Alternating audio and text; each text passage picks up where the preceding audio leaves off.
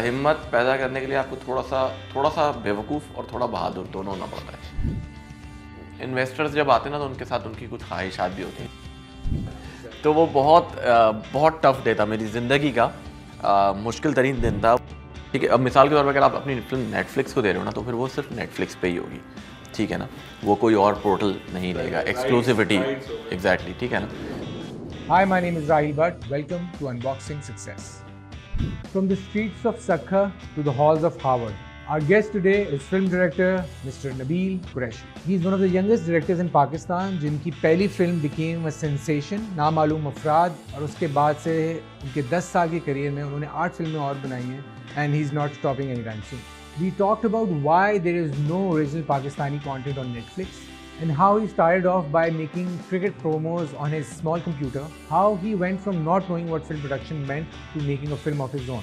Also a behind the scenes story of how we survived an accident which involved a Mustang, failing brakes, and both of us.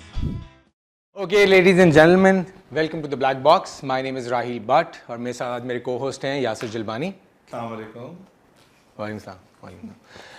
And वाह वाह वाह वाह, तालियां बजा दें सब यासिर के लिए. तो साइलेंट भी कर दो. एंट्री का म्यूजिक, ये एंट्री का म्यूजिक था, ये हमने सेटअप किया हुआ था ऐसे ही. सो आज के जो हमारे गेस्ट हैं, क्योंकि मैंने इनके सारे इंटरव्यूज़ देख लिए तो मैंने कहा बजाय कि मैं इनसे पूछूं मैं सारा स्टोरी आपको बता देता हूँ. So this is a boy from Sukkur, ठीक है. वो कराची आए, उन्होंने एक बिलबोर्ड देखा जिस पे लिखा था फिल्म प्रोडक्शन. तो इन्हें कहा प्रोडक्शन तो पता नहीं, फिल्म का पता है, तो फिल्म में कुछ कर लेते हैं. फिर उन्होंने एक जो है ना एक इंस्टीट्यूट ज्वाइन किया, और जैसे ही उन्होंने ज्वाइन किया वो इंस्टीट्यूट बंद हो गया. अच्छा. ठीक है. फिर दूसरे शहर जाके इनको कंप्लीट करना पड़ा वो. फिर उन्होंने कहा चलो यार मैं फॉर्मल ट्रेनिंग लेता हूँ, तो मैं एक यूनिवर्सिटी ज्वाइन करता हूँ. यूनिवर्सिटी वालों ने निकाल दिया इनको. उन्होंने कहा नहीं भाई हमें ज़रूरत नहीं है आपकी, आपके आइडियाज़ जो हैं वो बहुत ही आउटलैंडिश हैं, हमें समझ में नहीं आ रही. वहाँ से भी निकाल दिया. And fast forward so many years, this guy ends up sitting at Harvard University. ठीक, वहाँ बैठ के लोगों को बता रहे हैं कि फिल्म कैसे बनानी चाहिए और फिल्म क्या होती है. So without further ado, ladies and gentlemen, please welcome Mr. Nabil Qureshi. यार ये इम्प्रेस हो गया मैं तो यार, इतनी रिसर्च की हुई है. बस क्या करें, मैं वीडियो देखने में आपको पता टाइम कितना लगता है. मैं हैरान इससे एक्स पे देखनी हमने. इससे अंदाजा लगाओ ये सक्खर से तुम्हारे पीछे लगा है. सोच लो यार, इतना भाई गए हम सक्कर जाके मुझे खुद अपने ऊपर हैरत होने लग गई, इतना कुछ कर लिया यार. ये सक्खर का चक्कर है. तो मुझे वैसे जो मेरा एक क्वेश्चन था, क्योंकि सक्खर के बाद की स्टोरी तो हमने सुन ली, मैं समझना चाह रहा था कि सक्खर से पहले कौन सा सक्खर में क्रिस्टोफर नोलन देख रहे थे, तो हम टेरेंटिनो देख रहे थे, कि वहां से ये क्या कीड़ा कहेंगे इसको, वर्ड वुड जिससे कि ये जर्म कैसे पैदा हुआ वहां पे. यार ये बड़ी इंटरेस्टिंग चीज़ है जो अभी आपने पूछी ना. इसका एक बड़ा एक करंट जो है ना एक चीज़ हुई है जिसकी वजह से मुझे सारा वापस कल जो है ना वो नॉस्टैल्जिया हो रहा था. किस तरह से कि अभी वर्ल्ड कप होने वाला है, आपने देखा होगा क्रिकेट का वर्ल्ड कप. तो मैं बहुत ही ज़्यादा क्रिकेट फॉलो करता हूँ. तो कल जब वो आईसीसी ने उनका प्रोमो डाला है ना क्रिकेट का, तो ठीक है वो आईसीसी का प्रोमो, इंडिया में वर्ल्ड कप हो रहा है तो इंडिया के ज़्यादा प्लेयर्स के शॉट्स होंगे, उनकी ज़्यादा खुशी मनाने की शॉट्स होंगे. बट पाकिस्तानी क्रिकेट के जो है ना वो सारे वो वाले मोमेंट्स है उसके अंदर डिसअपॉइंटिंग, कि वो फैंस हैं वो दुआ मांग रहे हैं और वो ये हो रहे हैं. मतलब हम हार रहे हैं ना. वहाब रियाज भी अपनी शक्ल यूँ करा हुआ है, सिवाय एक शाहीन आफरीदी के, बाकी सब जो है ना वो ऐसे ही बस समझ लो जैसे मतलब हमें आता ही नहीं है कुछ ऐसा, वो वाला लेवल है. हाँ मतलब बाबर आजम का कहीं जिक्र नहीं है, वो बंदा 2 साल से नंबर 1 प्लेयर है, उसका कहीं जिक्र नहीं, ठीक है. तो वो मैंने देखा ना, मुझे बड़ा गुस्सा आया यार कि यार ये तो बहुत ही ज़्यादती है. आईसीसी का प्रोमो है और उसमें पाकिस्तान की रिप्रेजेंटेशन है नहीं. तो इससे मुझे याद आया कि मेरा जो ये करियर है ना ये स्टार्ट इसी तरह से हुआ कि 2002-03 में ना नए नए कंप्यूटर्स आए थे, मेरे पास भी कंप्यूटर नया आया था. और उस टाइम पे ना ये ESPN और स्टार स्पोर्ट्स होता था. तो उस वक्त मैं छोटा था, मतलब आई थिंक 16-17 साल का होऊंगा. तो मुझे ये नहीं पता था कि ESPN और star India basically regional channel है उनका, ठीक है ना. तो उस पर जो प्रोमोज आते थे क्रिकेट के, उसमें भी ज़्यादातर इंडियन प्लेयर्स के शॉट्स होते थे. तो मैं बोलता था यार ये वसीम वकार ये लोग, इनके बेचारों के कोई शॉट ही नहीं होते थे. तो मैंने क्या किया कि मैं वो वीडियो CDs होती थी उस टाइम पे, तो क्रिकेट मैचेस होते थे CDs पे ना. और मैं सक्खर में रहता था, तो मैं कराची आता था, मैं रेनबो सेंटर जाता था, वहाँ से जाके क्रिकेट मैचेस की CDs खरीदता था, घर पे जाता था, क्रिकेट मैचेस लगा के उनके ना. उस टाइम पे मुझे बिकॉज वो सेल्फ टॉट था सब कुछ, कोई मैंने सीखा हुआ नहीं था. तो मैं वो फ्रेम बाय फ्रेम ना उनकी स्टिल्स कैप्चर करता था और फिर जो है उनको जोड़ के खुद अपने लिए प्रोमोस बनाता था और खुश होता था कि हाँ यार ये मैंने जो है ना वो अपने प्लेयर्स के प्रोमोस बना दिए। और मुझे याद है उस टाइम पे नया नया टीवी चैनल खुल रहा था जियो, मैं उनको ईमेल्स करता था कि यार ये मैंने प्रोमो बनाया, आप लोग ये चलाए वर्ल्ड कप आने वाले, कभी रिप्लाई नहीं आया उनका, लेकिन मैं ये करता था। तो वहाँ से ना समहाउ वो जो एडिटिंग और उस सारी चीज़ों का ना मुझे शौक पैदा हुआ, तो मुझे समझ में आया कि यार ये मेरा शौक ना मुझे स्टोरी टेलिंग का ज़्यादा है रादर देन यू नो ये एडिटिंग वगैरह। But this is how it started actually. तो ये बताएं कि अभी कोई नया एडिट किया आपने अभी मैं करूंगा, मैंने सोच लिया ये जो कल इतना घटिया प्रोमो बनाया ना उन्होंने तो मुझे गुस्सा आ गया, मेरे मतलब दोबारा करूंगा मैं। इज्जत का सवाल है, इज्जत का सवाल है, बहुत दुख हुआ मुझे, तमाम पाकिस्तानियों को दुख हुआ वैसे। अच्छा, हमारे एक दोस्त है, ठीक है, तो एक दिन हम बैठे हुए थे तो मुझे कहने लगा कि यार मतलब 30 साल के थे जब ये बात हो रही थी, कहते यार मैं एक बात बड़े दिन से सोच रहा हूँ। मैंने कहा क्या सोच रहा हूँ? कहते यार बचपन से लेके आज तक मेरा कोई पैशन ही नहीं था, मुझे कभी पता ही नहीं था कि मैंने क्या बनना है क्या करना है। ना पेरेंट्स ने भी कभी ज़्यादा नहीं बोला कोई इंजीनियर डॉक्टर बन जाओ, उन्होंने कहा ठीक है जो मर्जी कर लो। तो वो जो मर्जी के बाद मैंने कभी सोचा ही नहीं कि मैंने कुछ करना है। तो and you know knowing your story, इतनी क्लैरिटी होना इस एज के अंदर, तो मतलब वो तुम्हें क्या लगता है कि वो कितना हेल्प किया तुम्हें कि एक फोकस था? मुझे लगता है कि अल्लाह की तरफ से ही शायद ऐसा होगा कि मेरे जहन में ये बात आ गई। मगर मेरे भी था मैं पढ़ाई में ज़्यादा अच्छा था नहीं, तो मुझे लग नहीं रहा था कि मैं कोई चलो भाई इंजीनियर डॉक्टर ठीक है ना कुछ ऐसा कुछ बनने वाला हूँ। क्योंकि मेरे अब्बा तो चाहते थे मैं डॉक्टर बन जाऊँ, क्योंकि मेरी फैमिली में डेंटिस्ट है ज़्यादा, तो वो चाहते थे मैं भी डेंटिस्ट बन जाऊँ। बड़ी मैंने कोशिश भी की, उन्होंने भी की। कोशिश की? हाँ मैं जाता था अपने चाचा के क्लिनिक जाता था। अच्छा। हाँ तो जब वेकेशन होती थी बिल्कुल वो होता था, तो वो भी चला जाता था मैं। लेकिन वहाँ पर भी क्या होता था, उनके जो है शॉप पर अखबार आता था, मैं बैठ के न्यूज़ पढ़ता रहता था। खैर तो आई थिंक कि उसकी वजह से ही शौक पैदा हुआ है कंप्यूटर्स की वजह से। और फिर ये क्लिप आर्ट्स होते थे, इस तरह की चीज़ों में मैं लगा रहता था। लेकिन मुझे ये मालूम है कि मैंने कभी भी सखर में किसी अपने दोस्त को भी नहीं बताया कि मैं डायरेक्टर बनना चाहता हूँ। मुझे लगा मैं बताऊंगा, हंसेंगे, उनको बोलेंगे होता ही है। अभी तक भी अभी भी आई एम श्योर कि बहुत सारे लोगों को नहीं पता होता कि डायरेक्टर एग्जैक्टली क्या करता है। इवन मैं बताऊं, प्रोड्यूसर मैं बहुत अरसे तक समझता था कि प्रोड्यूसर तो होता है जो पैसे लगाता है यार, जिसके पास पैसे होते हैं वो प्रोड्यूसर होता है। फिर बाद में नहीं भाई, प्रोड्यूसर का बड़ा काम है यार, हाँ घर बैठ के थोड़ी। मैंने कहा सेठ साहब होते हैं प्रोड्यूसर जो पैसे लगा देते हैं। सो ये कि बाकी ये इनके मीनिंग शायद उस टाइम पे नहीं पता थे, but the fact that you new के हाँ मुझे था कि यार कुछ ना कुछ मुझे ना इस तरफ जाना है, स्टोरी टेलिंग के लिहाज से जाना है। या मुझे याद है कि मैं इसी तरह एक और सॉफ्टवेयर होता था, उस पर कुछ कार्टून्स वगैरह बना रहा था। तो मेरे भाई के एक दोस्त थे, उन्होंने मुझे बोला कि ये इसमें जो है ना कार्टून फिल्म्स बनती हैं। अब मुझे कुछ नहीं पता था, लेकिन मेरे जहन में ना कुछ होते हैं, बस मोमेंट्स होते हैं या कुछ अल्फाज होते हैं जो आपके जहन में रह जाते हैं लोगों के। And then you know it intriguing थे वो बहुत सारी चीज़ें। जैसे आपने वो बताया बिलबोर्ड वाला, दिस इज़ द एक्चुअल वाकया कि मैं कराची आया हुआ था और मैंने वो अरीना मल्टीमीडिया का एक बोर्ड देखा, उसमें फिल्म प्रोडक्शन लिखा था। तो बाकी में प्रोडक्शन का तो मुझे नहीं पता था, लेकिन मुझे पता था यार फिल्म से रिलेटेड कुछ ना कुछ सीखने को मिलेगा, कुछ सीखने को मिलेगा। तो वहाँ गए थे फिर? हाँ मैं कराची नहीं जा सका था, मैं लाहौर गया था। लाहौर अरीना में गया, 3 महीने बाद उन्होंने कोर्स ही बंद कर दिया स्टूडेंट्स वीज़ा के बाद फिर मैं कराची आ गया। सही है। तो फिर ये स्टेप और आगे कैसे बढ़ा? और आगे कैसे बढ़ा, जब मैं कराची आया तो मैंने आके कोशिश की कि मैं कंटिन्यू करूँ कोर्स को। फिर उस दौरान जो है वो टीवी चैनल खुल रहा था, आज टीवी, मैंने वहाँ पे जो है I think that played a very major role.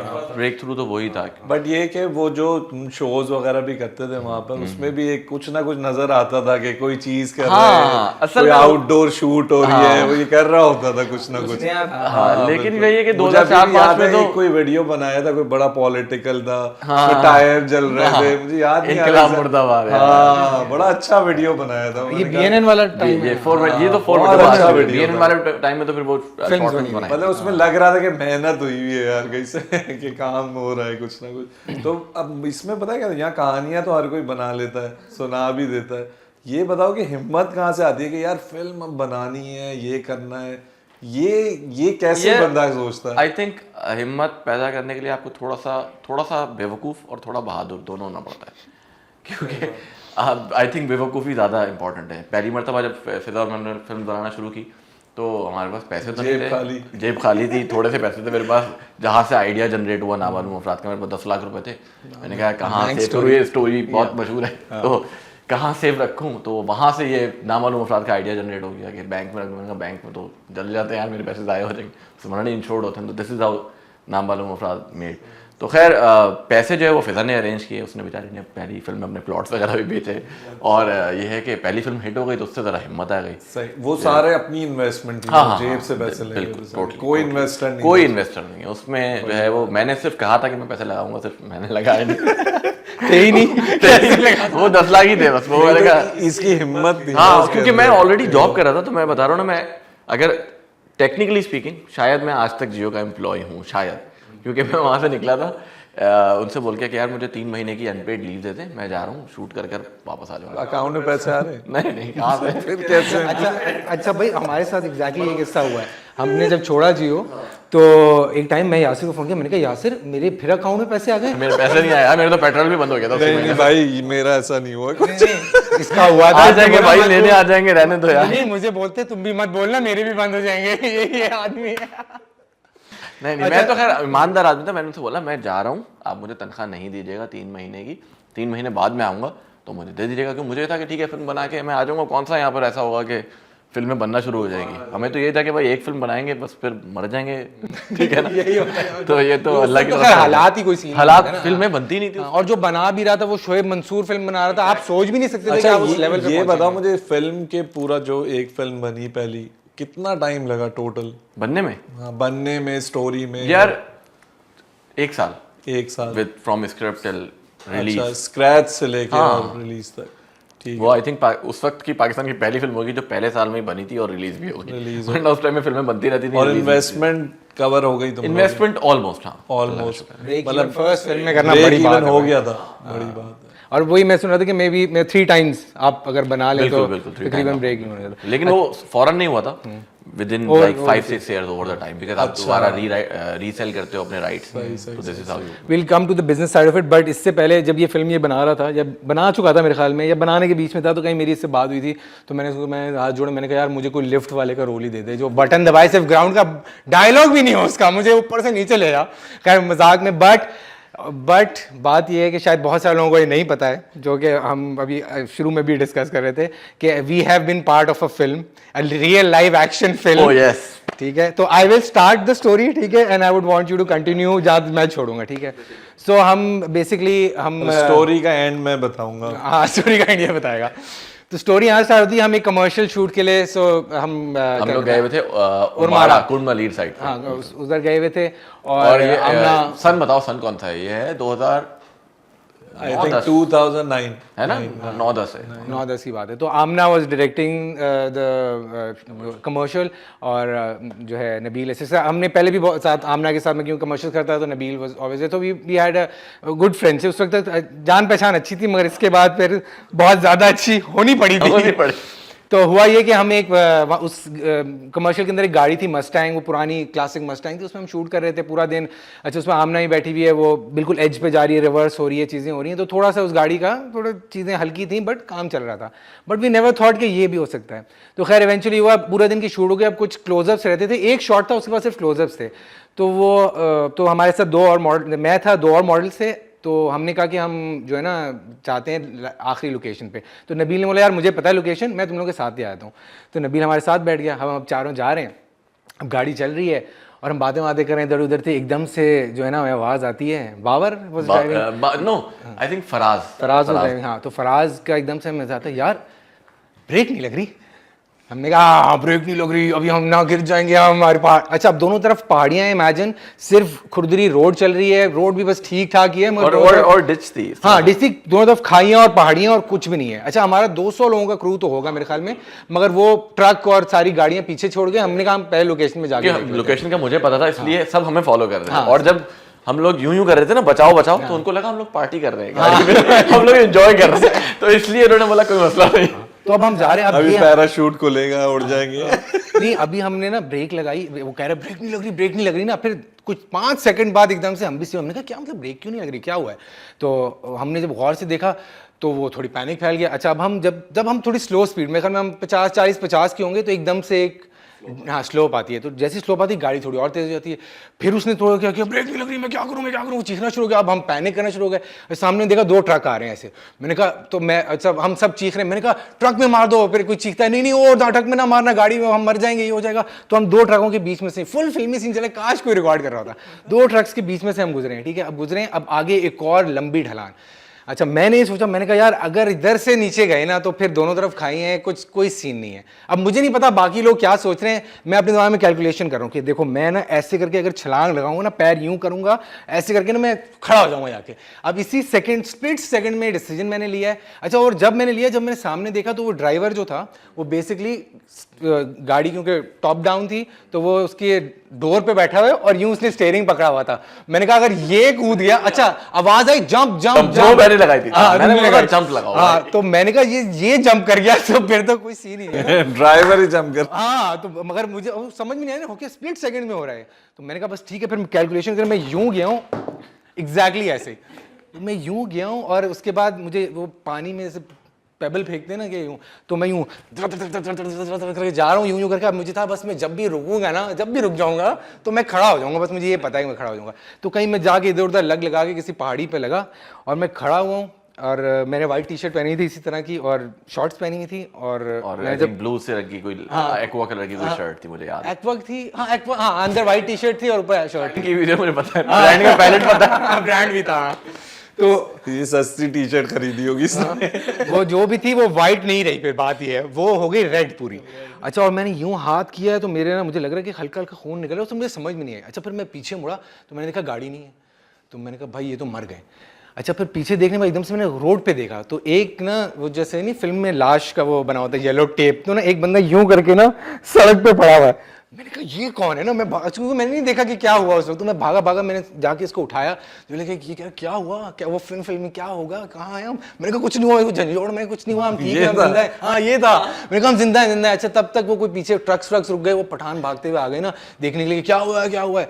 अच्छा जब इसको उन्होंने पकड़ा मैंने कहा चलो ये, बिकॉज ये देखने में बिल्कुल ठीक लग रहा था, मैंने कहा चलो शॉक में ये ठीक हो जाएगा। पर मेरा टप टप टप टप टप टप कान से यहाँ से सब खून ना टपकना शुरू हो गया। मैंने कहा मैं थोड़ी देर और रहा तो मैं तो मर जाऊंगा। अब मैं भागना शुरू किया हूँ। अच्छा मुझे नजर आया एक ट्रक दूर खड़ा हुआ ना और पठान एक भाई खड़ा हुआ था, तो मैं भागना शुरू किया, मेरी एड़ियाँ एकदम सख्त हो गई एकदम से ना, और मैं पंजों पे यूं करके भाग रहा हूँ। अच्छा तुमने जंप की थी गाड़ी से? हाँ हम दोनों ने जंप की थी। दोनों ने जंप की थी। इस जंप से हम इसका वापस लेंगे, जंप कट से वापस। या तुमने पैर तो नहीं रखा था नीचे? पता क्या किया, हम दोनों ने, मुझे ये मालूम है जंप तो साइमल्टेनियसली लगाई थी, लेकिन मैंने पता क्या किया, मुझे याद है ना, मैं दरवाजे से बाहर निकला हूँ गाड़ी के। अच्छा कन्वर्टेबल गाड़ी थी तो आसानी थी, जंप लगा सकते थे। अगर छत वाली गाड़ी होती तो फिर तो मर गए। एक्चुअली बच जाते हम। मैंने क्या किया, मैं बाहर निकला और मैंने ना स्पीड चेक करने के लिए अपना पैर रख दिया, यही मैं बोल रहा हूँ। ठीक है ना। वो जो अच्छा लकीली मैंने ना वो बैंडाना बांधा हुआ था शूट पे, तो मैंने अभी पैर ही रखा है। अच्छा उसके बाद ना मुझे नहीं याद कि क्या हुआ है, मुझे इतना याद है कि मैंने पैर चेक किया, वो रोल हो गया। उसके बाद क्या हुआ है मुझे वो मेमोरी नहीं है, आज तक नहीं है। मुझे वो मेमोरी है कि हाँ मुझे लोग उठा रहे हैं। अच्छा अब जब वो उठा रहे हैं ना तो मुझे बाकायदा जैसे वो फिल्मों में दिखाते हैं ना, ब्लर से आपको सब नजर आ रहा है, और मुझे वो मेमोरी नहीं है। और मैं ये पूछ रहा था कि क्या हुआ है, like I was like that, ठीक है ना। वो मे बी वो ट्रॉमा या शॉक इतना था। तो लोग सारे आ रहे हैं ना। अच्छा अब जब सामने जो लोग आ रहे हैं ना वो देख के ना सब यूं करें। अब मैं बोल रहा हूँ क्या ऐसा क्या हो गया है कि मतलब सब लोग ये देख रहे हैं, क्योंकि मुझे नहीं पता लग रहा था कि क्या हुआ है। लिटरली ऐसे ही हो रहा था। मुझे याद है तुम भी आए थे पास और तुम्हें शायद डीजल लगाया था किसी ने। हाँ मैं बताऊँ, मैं जब भागता गया ना तो मैं बोल के आ रहा हूँ, बताने वाला था जब ये मुझे मिला है शाम में, तो इसके सर पे डीजल लगा हुआ था जब हम क्लिनिक जा रहे। नहीं लेकिन वो अच्छा किया, वो उससे बहुत भाई हुआ कि मैं भाग रहा हूँ, मैं बोल के आ रहा हूँ दूर, मैंने कहा लाला बर्फ है बर्फ। अब मुझे हो रहा है कि खून निकल रहा है, बर्फ लगाएंगे रुक जाएगा खून, बर्फ है लाला। तो लाला इधर कहता है ओ बेटा यहाँ बर्फ कुछ नहीं है, क्या हुआ है। मैंने कहा लाला मेरा खून निकल रहा है, मैं मर जाऊंगा, मेरे अंदर ब्लीडिंग हो जाएगी। वो फिक्र नहीं करो। वो अंदर गया, उसने डीजल या नोबल ऑयल था जो भी लिया, उसने लगाया और वो फौरन खून रुक गया। उस दिन ये भी सबक सीखा कि सबसे अच्छा एंटीसेप्टिक और खून रोकने का तरीका यही है। खुदा को मान लो यार। नहीं ऐसे अगर कभी हो जाए किसी इमरजेंसी में यार। अच्छा उसके बाद चलो ये तो हो गया ना। अच्छा फिर वहाँ फिर क्रू आ गए, वो उन्होंने कहा अच्छा नहीं ये लोग इस काबिल नहीं कि ये लोग कर सकें, तो उन्होंने कहा कि इनको वापस भेज देते हैं। अब हम वापस जाने बैठे, अब 6 घंटे की ड्राइव। अच्छा अब आप चेक करें, ये बात है 2009 की ना, उस वक्त बलूचिस्तान लोग जाते भी नहीं थे शूटिंग के लिए, अब जाना शुरू हुए 2-3-4 साल से। तो हम तो ख्वार थे उस गवादर गए हुए टाइम थे। गवादर साइड पे ना, मतलब कुंडमलीर पे।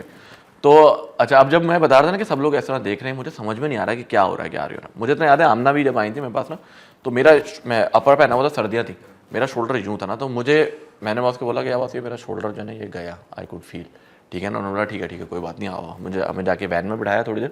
तो अब फिर वैन के दरवाज़ा खोल के सब यूँ देखे, मैं बोलूँ यार क्या हो गया ऐसा, क्यों सब लोग इस तरह कर रहे हैं। ठीक है, नहीं मुझे नहीं पता, ठीक है वाकई में नहीं पता कि क्यों सब लोग ऐसा कर रहे हैं। पूरे 6 घंटे ना यही पूछता रहा मुझसे कि यार मैं ठीक तो हूँ तो ना? हाँ मुझे ना लिटिल, क्योंकि या तो सब क्योंकि शीशा वीशा भी नहीं देखो। तस्वीर खींच के दिखाना मेरी।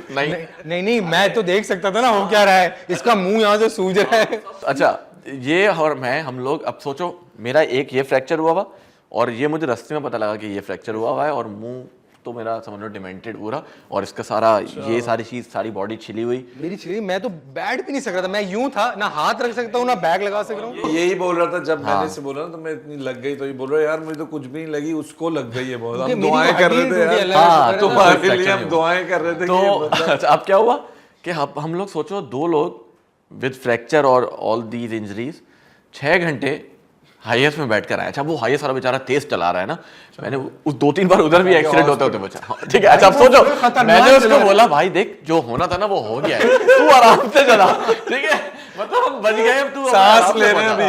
अच्छा बीच में ना पैनिक में बोलता है कि यहाँ ना मिट्टी के पास ना एक वो है, मैं वहां ले जो, मैंने कहा नहीं भाई मरेंगे तो आगा खान जाके यहाँ ठीक है आगा खान पहुंचो, ठीक है ना, सही है। फिर हम लोग हॉस्पिटल पहुंचे हैं, वहाँ पे वो ये सारे दोस्त आए हुए थे, और फिर मैंने रात को, मुझे याद है मैंने जाके बाथरूम में, जब मैं उन्होंने पहले तो लिटा दिया जाते कोई, हाँ जब मैंने आईना देखा है ना, तो फिर मैंने भी यूँ किया समझ जाएंगे कि हुआ क्या है। वो बिल्कुल ना मतलब बहुत स्वेलिंग, सूजा हुआ, चोटे वोटे सब ऐसी थी, और अजीब ज़ॉम्बी में लग रहा था। मतलब ये सर्जरी और वो सर्जरी, और सबसे फनी चीज़ मेरा ज़िंदगी में कोई ऐसा मेजर ऑपरेशन नहीं हुआ था उससे पहले ना, कोई सर्जरी नहीं हुई थी। ये अब तो मेरे जहन में था नहीं कि हड्डी टूटने का क्या प्रोसीजर होता है, कैसे होता है, कोई एक्सपोजर नहीं था। मतलब क्या एक फीलिंग होती है, ठीक है ना। तो मैंने क्या बोला, अब रात में शूटिंग खत्म करके आमना वगैरह भी सब आ गया, तो मैंने बोला बॉस के ना यार ये जब मुझे सर्जरी के लिए लेके जा रहे हो ना, इनको बोलना मुझे बताएं मत कि सर्जरी के लिए लेके जा रहे हैं। वो अजीब एक जहन में ना मतलब बनना शुरू हो जाएगा, ठीक है, तो बताना नहीं, ऐसे ही ले जाना। अच्छा ये मैंने बोला है 5 मिनट बंदी, वो आपको एनेस्थीसिया देना आपकी सर्जरी के लिए लेके जा। बोला यार मतलब मुझे मजीद जो है ना वो ट्रॉमा पे ट्रॉमा देते जाओ, और मार दिया ना भाई। लेकिन वो यार बहुत ही कोई आइकॉनिक। अच्छा उससे जो एक और फनी बात थी ना, जो हमारे दोस्त आए थे, बहुत अच्छे मशहूर लोग हैं वो भी, मगर द फैक्ट दैट, अच्छा उनकी वजह से ये भी हुआ कि वो जो एक वो था ना कि वो सब पैनिक था, वो उधर लाइट वो आके जो है ना ग्लव्स ले रहे हैं, ग्लव्स फुला के इधर उधर बांध रहे हैं, हम देख रहे हैं फुल, बस you know just to lighten the mood, cause ये भी काफी पैनिक में था, सब लोग पैनिक में थे। अच्छा फिर मेरे साथ ये हुआ कि मैं तो फुल पटियां, उसके बाद ये हुआ कि ये जाते थे क्लिनिक। नहीं उससे पहले, क्लिनिक से पहले पूरी बताता हूँ। मेरी ना पट्टियाँ वट्टियाँ बन गई, मैं फुल मम्मी बन गया। तो मैंने कहा घर वालों को फ़ोन करूँगा, पैनिक कर जाएंगे, तो मैंने ना दोस्त को फ़ोन किया। अच्छा इत्तेफाकन उस दिन, इफ़ यू रिमेंबर, उस दिन पाकिस्तान इंडिया का मैच था। Really? हाँ पाकिस्तान इंडिया का मैच था उस दिन एक। तो मैंने फ़ोन किया अपने दोस्त को, दानिश को, मैंने उसको फ़ोन किया, मैंने कहा यार कैसे हो यार, ये वो, मैंने कहा यार पता है मेरे साथ क्या हुआ, मैं वहाँ गवादर, कहता है सबसे पूछता आ रहे हो नहीं आ रहे हो मैं मैच देखने ना। मैंने कहा भाई बात तो सुनो, मैंने कहा मैं गवादर गया हुआ था, वो गाड़ी गई, वो गाड़ी में ब्रेकें फेल हो गई, और फिर ये हुआ, मैंने छलांग लगा दी, और फिर ये हो गया। कहते यार तुमने नहीं आना ना तो बता दो, बहाने नहीं बनाओगे यार, तुम नहीं आ रहे हो ना, तुम कहीं और जा रहे हो देखने जाओगे, फ़ोन बंद कर दिया। मैंने अच्छा फिर मैंने एक और दोस्त में हारिस को, मैंने उसको फोन, वो गरीब रहता था खान से, मैंने कहा उसको फोन करता हूँ। मैं टैक्सी में कर गया हूँ, मतलब नवी बना हुआ टैक्सी में कर गया हूँ। और उसके बाद अच्छा ये हो गया। अगले दिन मैंने कहा यार अच्छा फील, अब मम्मी बना हुआ था, टीके वीके लगे हुए थे। सुबह मैं ना पैंट वैंट पहन के तैयार होकर ऑफिस जा रहा हूँ। मैंने कहा ठीक है यार काम तो करना है ना। एकदम से टप टप टप टप खून बहना शुरू हुआ। तो मैंने कहा यार उसके बाद कोई मेरे ख्याल में 2 ढाई 3 महीने तो मैं हिल भी नहीं सका। मुझे याद है मेरा जो कास्ट था, ये जो इसकी तो सर्जरी हुई, ठीक है ना, तो इसमें छोटी सी रॉड लगी, फिर बाद में 2 महीने बाद वो भी निकली। जो ये वाला फ्रैक्चर था मुझे याद है कास्ट मेरा कोई 3 महीने या 4 महीने लगा रहा है और मैं फिर इसी में शूटिंग करता था जाके ये ऐसे अजीब मेरा काम तो फ्रैक्चर तो टाइम लेता हाँ वो ये बहुत मामूली सा फ्रैक्चर था, ज़्यादा नहीं था, लेकिन समाओ इसकी पोजीशनिंग ऐसी थी कि बहुत ज़्यादा है कि लंबा वो time। हाथ यूज हो रहा होता है ना। और फिर उसके बाद जब वो खुला है कास्ट तो हाथ पतला हुआ है, हाँ वो ठीक है, वो तो मेरे लिए सारी चीज़ बहुत न्यू थी, कभी जिंदगी में कोई फ्रैक्चर नहीं होता, लगा शुक्र है। तो फिर वो उसकी फिजियोथेरेपी अजीब मतलब बहुत होता, लेकिन बहुत ही अब तो सही हो ना। हाँ अल्हम्दुलिल्लाह अल्हम्दुलिल्लाह। अच्छा। और उसके बाद जो है ना, अब ये बीमारियों से हम आगे बढ़े थोड़ा। उसके बाद हम दोनों ने एक और कमर्शियल किया और उसके अंदर एक और एक और लाल रंग की गाड़ी कन्वर्टेबल दूसरी, हाँ वैसे ही दिया। तो हमने फिर कहा भाई इसमें बैठ नहीं रहे, बाहर बैठ बाहर लेकिन इस सारी स्टोरी की जो मैंने इससे जब पूछा था ना कि क्या हुआ, मैंने तुम दोनों ने अपनी स्टोरी सुनाई है, उसके बाद मैंने पूछा जो गाड़ी चला रहा था उसका क्या हुआ। ये सबसे बड़ा क्लाइमेक्स था और वो ये था कि वो बिल्कुल सही था। वो सही थे यार, गाड़ी आगे जाके रुक गई और वो दोनों सही सलामत वो हॉस्पिटल में देखने आए फिर मैंने से कहा भाई ये जो है ना तुम्हारे साथ कोई कुछ हुआ है। एग्जैक्टली। बाद में लोगों ने हमें ही बुरा भला बोला होगा कि तुम लोगों की वजह से शूटिंग भी खराब हुई, देखो गाड़ी तो आगे जाके रुक गई, उनको कुछ भी नहीं। क्योंकि उनको तो नहीं पता उससे हुआ क्या था जो गाड़ी सबसे ज्यादा शोर मचा रहा था ब्रेक फेल, वो बच गया। अच्छा हाँ अच्छा। और उसके बाद ना वो बेचारा एक दफा मेरे घर आया अच्छा अपोलोजाइज करने के लिए। हाँ उस वक्त मुझे हुआ, मैंने कहा ये पक्का गिल्टी है, इसने जानबूझ के तुझे चाहिए था वहीं सर पे डंडा मार। बट ऑब्वियसली उन्होंने भी सोचा तो ये नहीं होगा, but whatever happened happened. But ये कि एक ऐतिहासिक मेरे ख्याल में वो था। उसमें मुझे याद है हमना ने भी, she was really you know caring, उसने कॉल वॉल किया, मैं तुम्हारे सारे मेडिकल एक्सपेंसेस हो जाएंगे। मैंने कहा नहीं फिक्र नहीं करो, अब जिंदा बच गए बहुत है, बस एक आध कमर्शियल और दे देना, पैसे पूरे अच्छा हो मेरी जाएंगे। अच्छी बात है वो मेरी हेल्थ इंश्योरेंस हुई थी तो मेरा जो है खर्चा नहीं हुआ, मेरा कार्ड चल गया था तो मेरी मुझे आसानी हो गई थी। अच्छा सो टॉकिंग अबाउट ऑब्वियसली पहली फिल्म ये सब हमने सुना हुआ है, डिस्कस कर चुके हैं, and we know and you know माशाल्लाह अब 8 फिल्में हो चुकी हैं तकरीबन। 8 हाँ 8 हो गई, ये वाली मिला लें तो हाँ गिनकर आया 8 साल में 8 फिल्में, हाँ 2014 से स्टार्ट हुई ना। 14 से कर लो तो हाँ 9 रिलीज से चलो हर साल एक फिल्म कर। ऑलमोस्ट एक फिल्म। ऑलमोस्ट तो अल्हम्दुलिल्लाह। ये प्लान करते हो कि यार करनी है इस साल एक? हाँ अगर जिस साल करते हैं फिर उस साल तो करनी होती है। जैसे अभी पिछले साल प्लान किया था नहीं करनी, लेकिन वो समा वो शॉर्ट फिल्म जो हो गई उसकी वजह से वो चीज़ एक आ सही गई। है। और लेकिन हाँ इसी तरह से ही होता है। और जो पहली फिल्म थी और अब की फिल्म में लास्ट जो की है उसमें क्या फर्क नजर आता है सबसे ज्यादा?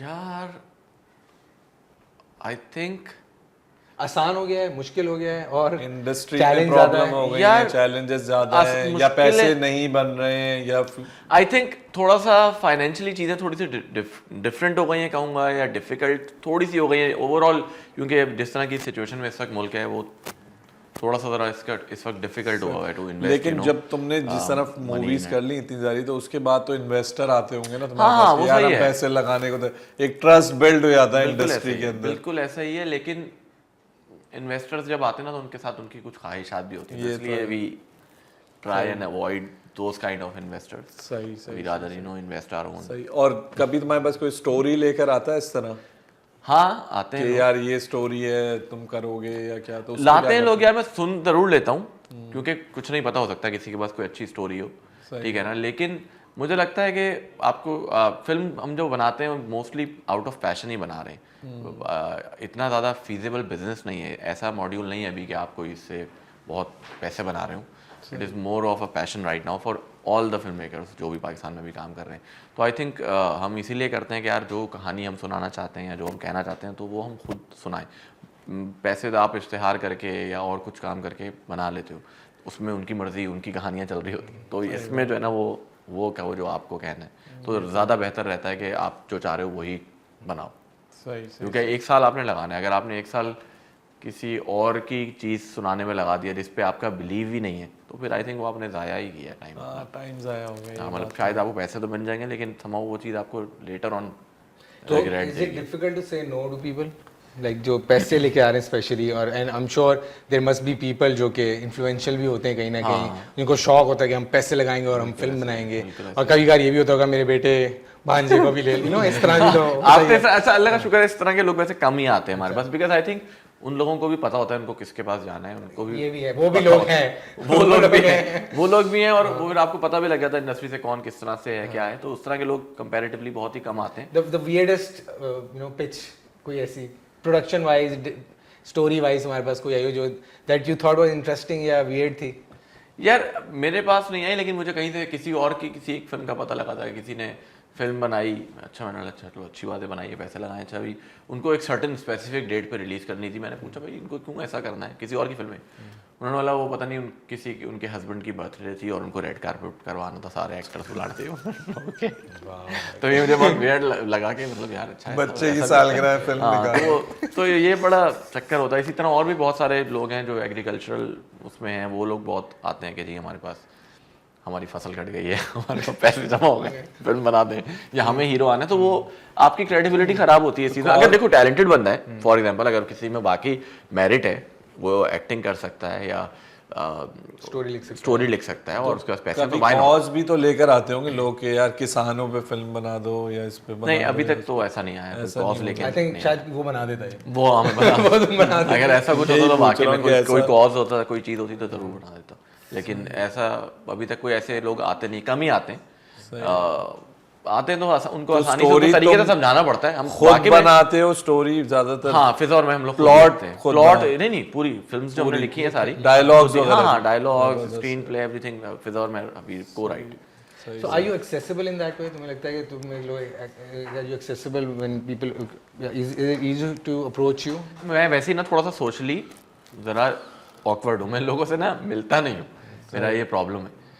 विदाउट एनी काम या उस तरह, इवन फॉर दैट मैटर, मतलब मैं आपको बताऊँ फाद ने मेरे साथ कितनी 7 फिल्में की है ना, बहुत अच्छी मेरी दोस्ती है, लेकिन once the shooting is over, once the project is hang out नहीं करते उनके we hardly hang out together, hardly.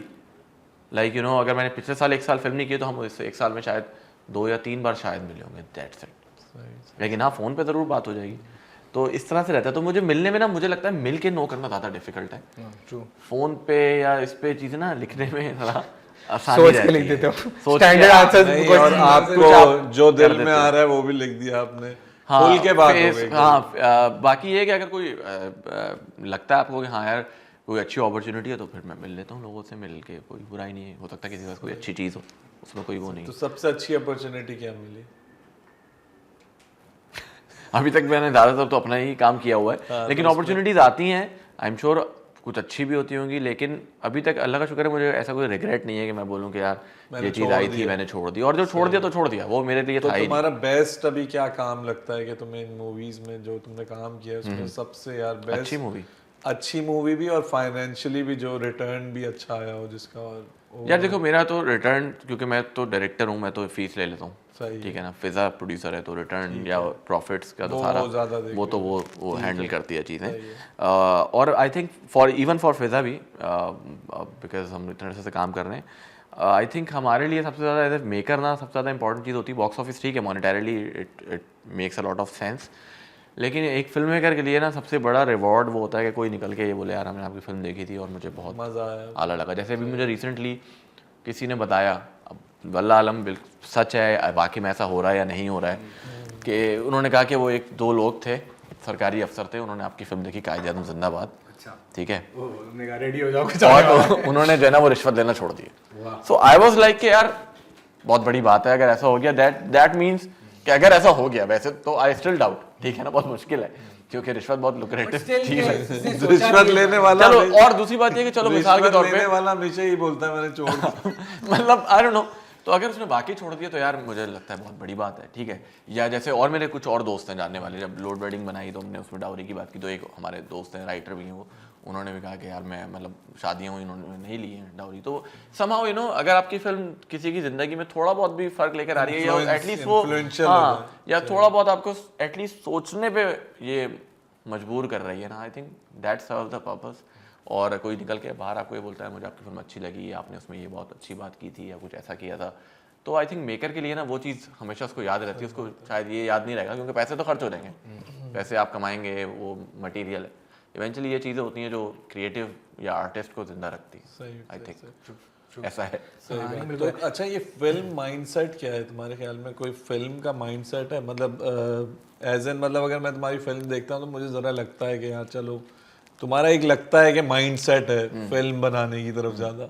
अगर ड्रामा वगैरह बनाया जाए तो तुम शायद इतना हाँ नहीं, मैंने कभी ड्रामा किया नहीं है, मुझे लगता है मुश्किल काम है ड्रामा। बट ये है कि आजकल अगर हम जितनी मूवीज आ रही होती हैं उसके अंदर अक्सर फिल्म नहीं लग रही होती है, अक्सर दफ़ा फिल्म देखते हुए।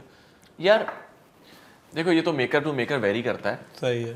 ठीक है ना, लेकिन आई एग्री कि बहुत सारी पाकिस्तानी फिल्में जो हैं वो ड्रामा लगती हैं। उसकी एक दो रीजंस हैं। एक तो वही है कि ट्रीटमेंट, फिल्म का एक सर्टेन ट्रीटमेंट है जो कि डायरेक्टर नहीं बनाना होता है, तो एक तो वो उससे फिल्म लगती है। Then production design is very important in films. तो हम आधी से ज़्यादा जो आपकी लुक है वो प्रोडक्शन डिज़ाइन से ही पूरा माहौल बनता है ना, पूरा ताम झाम से ही सारी चीज़ बनती है, ठीक है ना। डिटेलिंग है छोटी छोटी, तो फिल्म में डिटेलिंग मैटर करती है। टीवी पे इतनी डिटेलिंग नहीं है। तुम लोग जैसे एक साल में मूवी खत्म करते हो, एक फिल्म बना लेते हो, तो वो क्या टीम कितनी बड़ी होती है तुम लोगों की?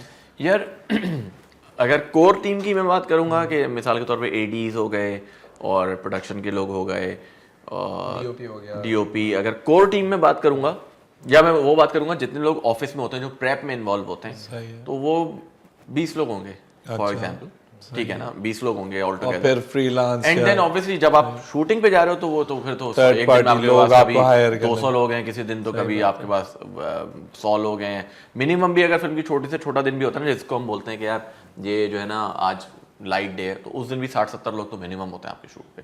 और बड़े दिन जो होते हैं, जैसे for example actor and law का एक गाना शूट हो रहा है, उसमें 300 तो डांसर्स हैं, तो वो दिन जो है वो 600 लोग हो जाएंगे। सबसे बड़ा जो मैंने अपनी ज़िंदगी में शूटिंग डे किया है वो एक्टर एंड लॉ का क्लाइमैक्स था, जिसमें हम हाई कोर्ट में शूट कर रहे थे।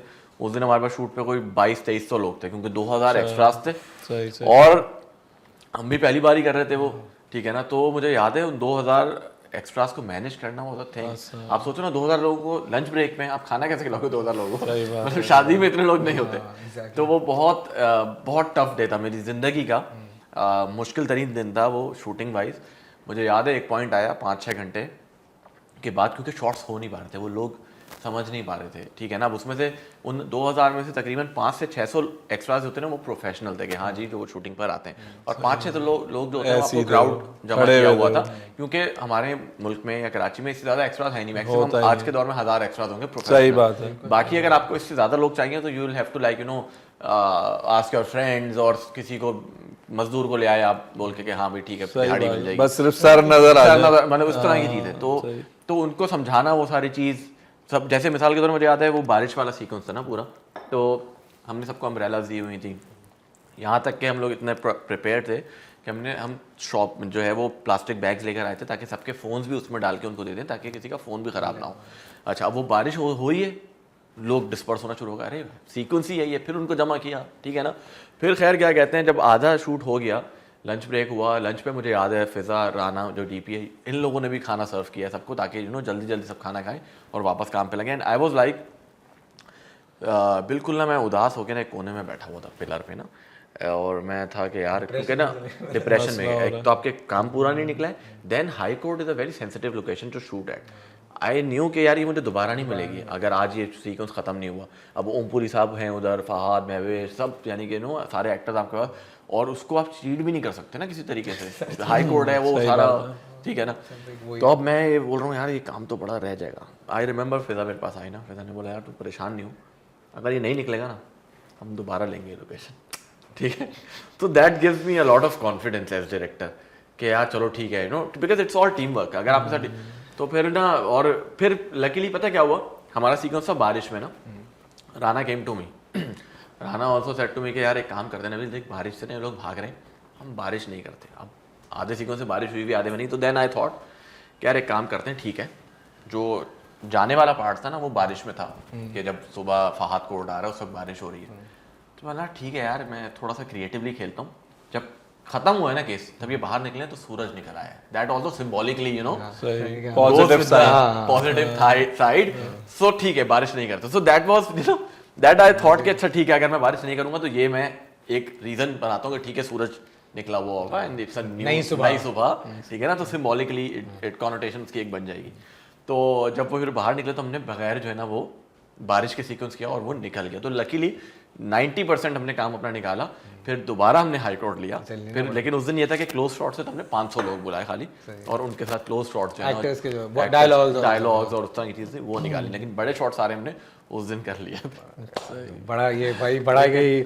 मैं भी ये तुम्हारी बात सुन के था, you know in business also दो चीज़ें बड़ी इंपॉर्टेंट होती हैं। एक तो ये जो जैसे मुझसे कोई पूछता है ना, जो जॉब्स कर रहे होते हैं लोग या वैसे बिजनेस स्टार्ट करना चाहते हैं, मुझसे पूछते हैं यार कैसे करें ना, कैलकुलेशन करके चीज़ें करके लेके आए। तो मैंने कहा भाई ये पता है कैसा काम है। मैंने कहा ये आप 21वीं मंजिल पे खड़े हैं और आपने छलांग लगानी है, फिर सोचना क्या करना है, इससे पहले नहीं हो सकता। ये सोच के अगर किया हो तो छलांग ही नहीं लगाओगे। बिल्कुल ऐसे ही है। और दूसरा, एक बार आप समंदर में कूद गए तो आपको तैरना आ जाता है। हाँ, और ये इसके बगैर हो ही नहीं सकता, क्योंकि there is no calculation, there is no formula to it. There is no formula. और दूसरा जो सबसे इंपॉर्टेंट चीज है वो जो पीपल अराउंड यू या जो आपके पार्टनर्स हैं, पार्टनर्स इन क्राइम हैं, जो भी हैं, ठीक है। इवन आप कोई गलत काम करने में जाओ तो आपका पार्टनर बड़ा अच्छा होना चाहिए, वो बता देगा। बोलते हैं ना कि अगर आपको किसी को देखना हो तो उसके 5 दोस्त देख कि वो किन के साथ उठता बैठता है, तो आपको पता लग जाएगा कि वो क्या चीज़ है।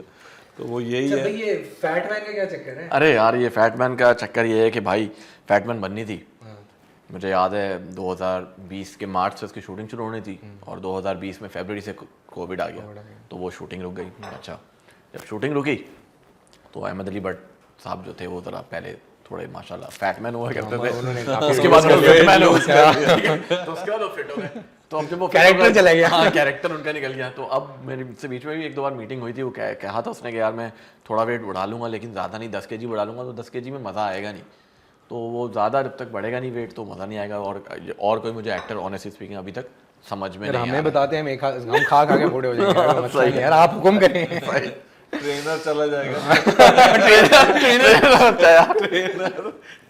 कल से ट्रेनर बंद, नहीं बुलाऊंगा मैं उसको। अच्छा भाई, हम लोग यू नो नॉर्मल लोग, क्योंकि ऑब्वियसली उस नॉर्मैलिटी इन द सेंस के यू नो, जैसे मेरा कज़न था, उसका ना चिकन का बिजनेस था, तो चिकन उसने मेरे ख्याल में 7-8 साल चिकन ही नहीं खाया, क्योंकि वो चिकन देख देख के ना अख गया था कि यार रोज रोज चिकन घर में भी वही बन रहा है, चटनियाँ बन रही हैं, घर जा रहे हैं तो वही है, और वहाँ जा रहे हैं तो वही है। तो with you know being in the film industry and being a maker yourself, how do you like, you know, हम relax करने के लिए फिल्म देखते हैं, chill करने के लिए फिल्म देखते हैं, is it the same for you, or do you sometimes feel like बस यार फिल्म करके आया और मैं फिल्म भी देखूं फिर से बैठ के? how does that dynamic work? यार देखो, फिल्म देखना तो हमारे लिए ज़रूरी है, so that you know it is like मैं पढ़ रहा हूँ अभी भी, क्योंकि दूसरे लोगों का काम देखते हो, आप उससे सीखते हो। समटाइम्स आप देखते हो कि यार ऐसा करना चाहिए, देखते हो नहीं ऐसा नहीं करना चाहिए, ठीक है ना। लेकिन ये चीज़ आप कह लोगे ये फिल्म मेकर का कर्ज है एक चीज़, कि आप चाहे जितनी भी कोशिश कर लो कि यार मैं सिर्फ एज एन ऑडियंस इस फिल्म को देखना चाहता हूँ, वो ऐसा हो नहीं सकता, क्योंकि बैक ऑफ द माइंड आपके जहन में ये चल रहा होता है, अच्छा ये शॉट उसने ऐसे लिया है, अरे यार खराब हो गई, कंटिन्यूटी का मसला आ गया है, ओ अच्छा यार साउंड कितना अच्छा, ये चीज़ें आपके जहन में बैक ऑफ द माइंड चलती ही रहेगी।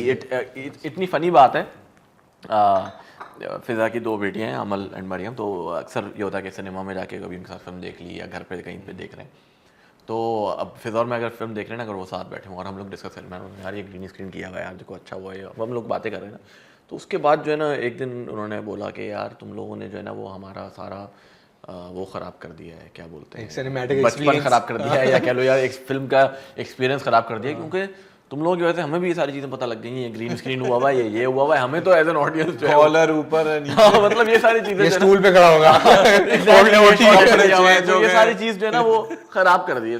ये मतलब ये तो मुझे हंसी है, मैंने यार ये ऐसी चीज़ है, लेकिन फिर भी कभी कभार ऐसा होता है कि बिल्कुल आप नो ब्रेनर टाइप फिल्म देखते हो, तो उसमें शायद फिर भी आप थोड़ा एंजॉय कर लेते हो। अभी इस फिल्म का रिस्पांस कैसा है? तेरी मेरी कहानी अच्छा रिस्पांस है। You did वो हॉरर कॉमेडी वाला पार्ट, जो वो है ना हेरा और मानी वाला। अच्छा, मैंने अभी तक नहीं, I want to watch it, but मैंने थोड़ा सा फीडबैक लिया लोगों से कि भाई कौन सी, तो पीपल टॉक अबाउट 2 फिल्म्स, एक जो वहाज वाली है और एक हेरा मानी वाली। सबने बोला नंबर 1 हेरा मानी है, एंड अच्छा मुझे नहीं पता था कि तुमने बनाई है, तो मैंने कहा मैं आई वाज विशिंग कि मैंने कहा अल्लाह करे इसने बनाई है तो मैं तारीफ कर दूंगा, वरना ये ना मुझे बोलना पड़ेगा अच्छी थी।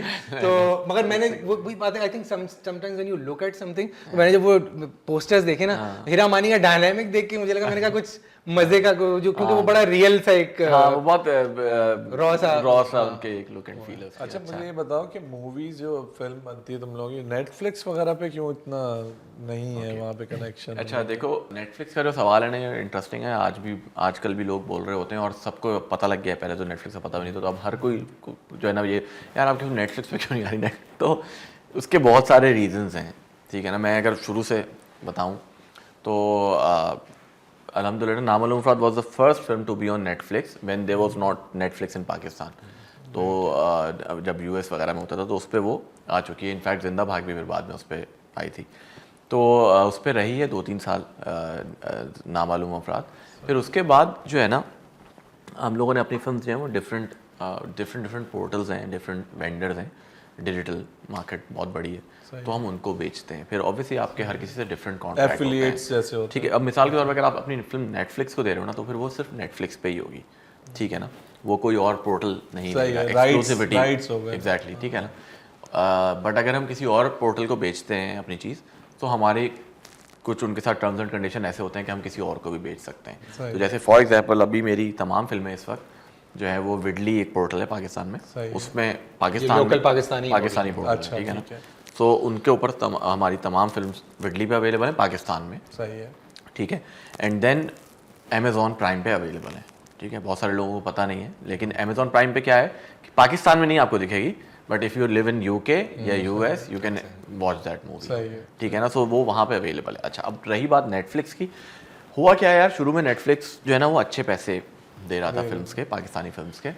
फिर हमारे कुछ फिल्म्स उन्होंने ख़रीदी, बहुत सारे, देखो हर तरह डिफरेंट फिल्म मेकर हैं, डिफरेंट बिजनेस मॉड्यूल हैं, not every film cost the same, ठीक है ना। हर फिल्म के पैसे भी सेम नहीं होते, हर फिल्म की कास्ट भी सेम नहीं होती, तो हर फिल्म की अपने अपने जो है वो डिमांड होती है, पैरामीटर्स हैं, बिल्कुल डिमांड होती है।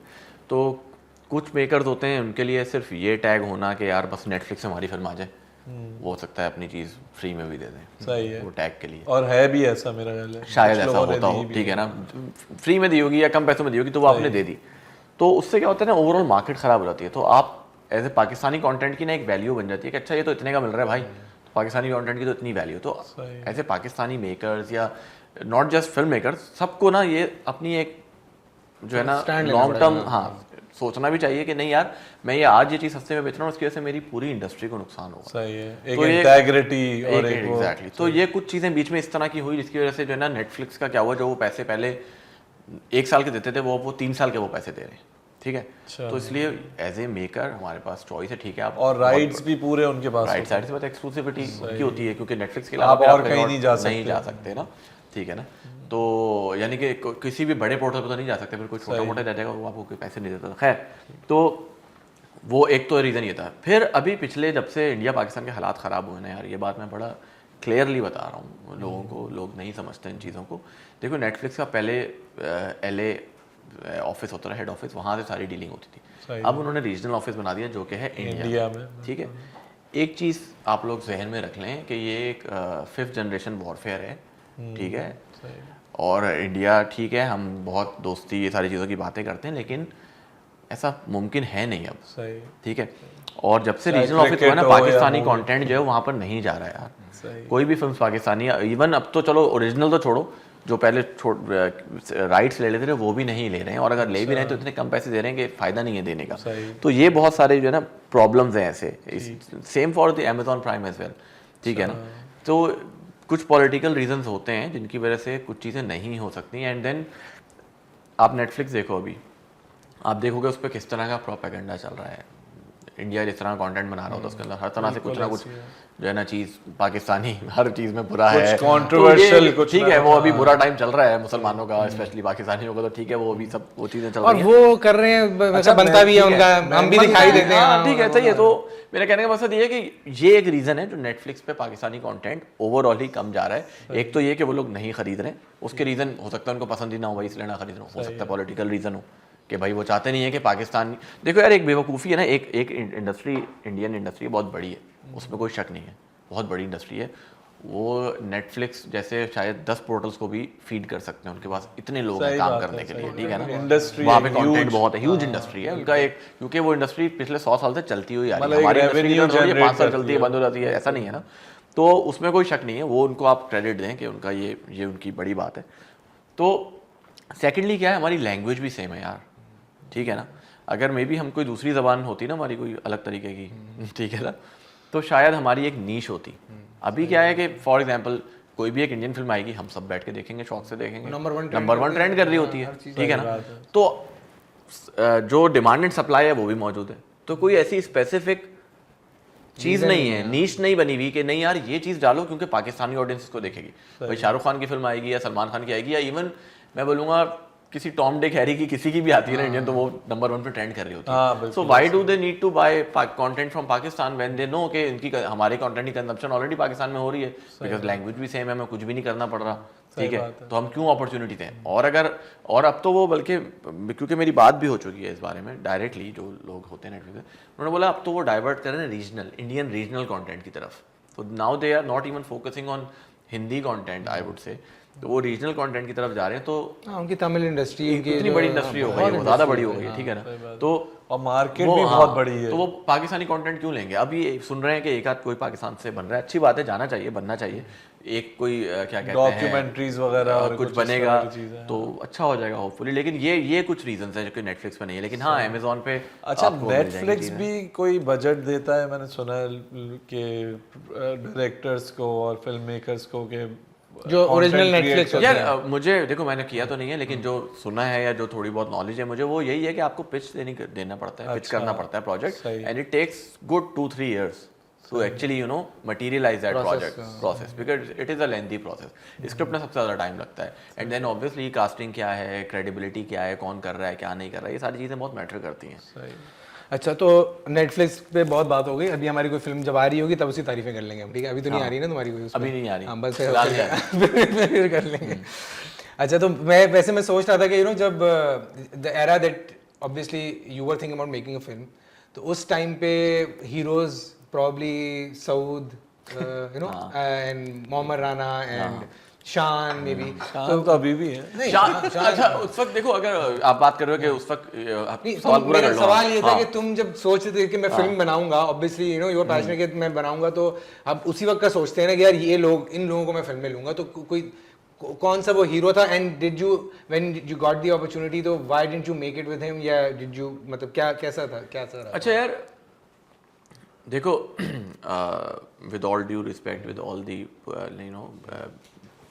मैं कहूँगा सब सीनियर लोग हैं, अच्छे काम किया सब, ठीक है, उन्होंने सबने अच्छा काम किया हुआ है, सब कुछ है, लेकिन ऑब्वियसली क्योंकि हम लोग भी यंग थे और हम जिस तरह की फिल्म बनाना चाह रहे थे वो उस फिल्म से मुख्तलिफ थी, तो मैंने उस तरह से सोचा नहीं था ऑनेस्टली कभी कि मैं इनको लूँगा या किसको लूँगा।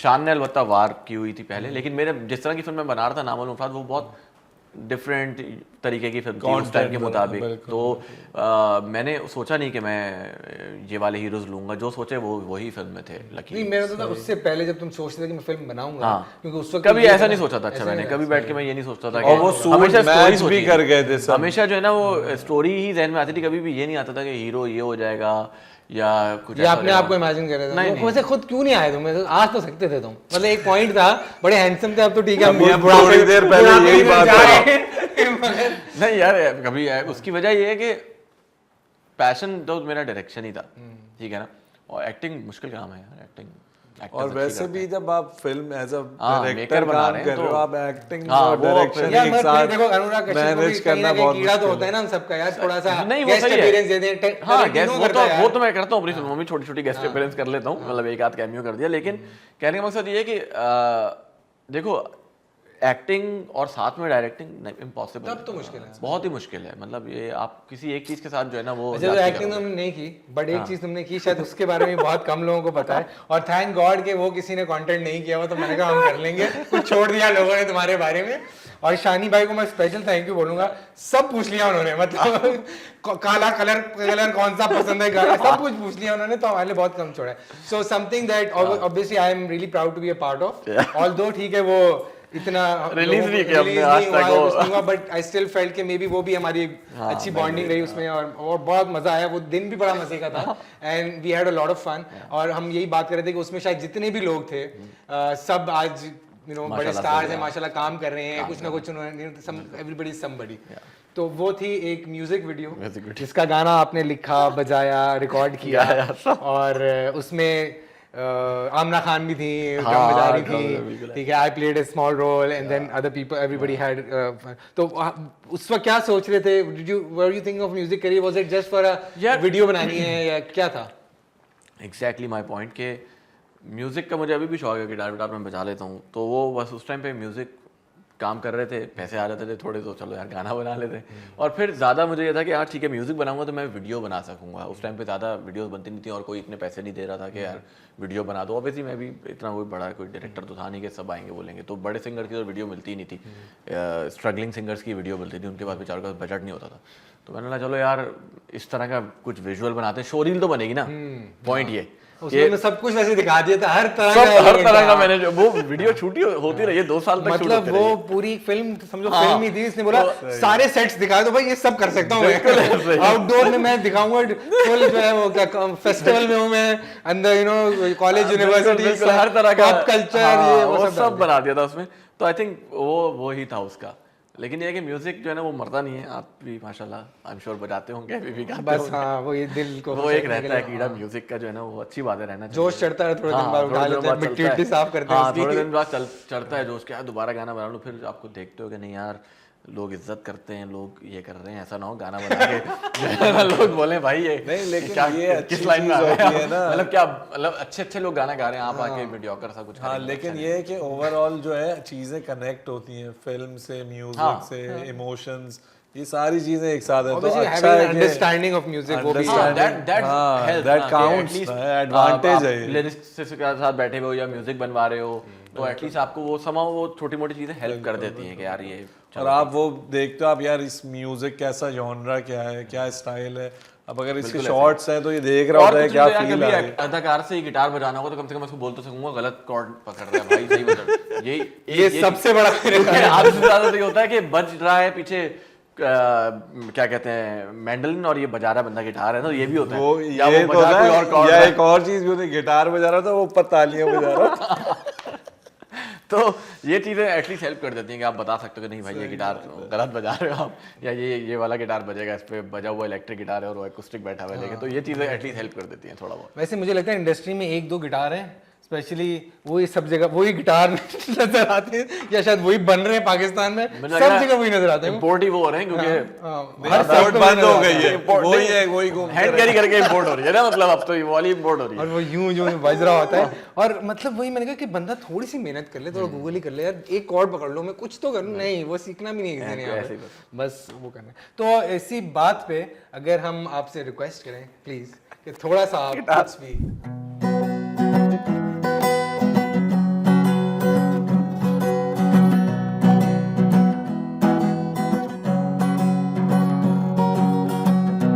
क्या हुआ ये मुझको मैं कहता जा रहा, क्या हुआ ये मुझको मैं सहता जा रहा, हवाओं में बहता सा फिजाओं में रहता सा, अपने ही साए से मैं होश उड़ाता सा, चल रहा मैं उड़ रहा मैं गिर रहा,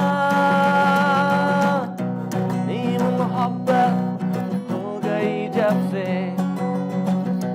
क्या मैं कहूँ क्या हो गया तब से, नीम मोहब्बत हो गई जब से,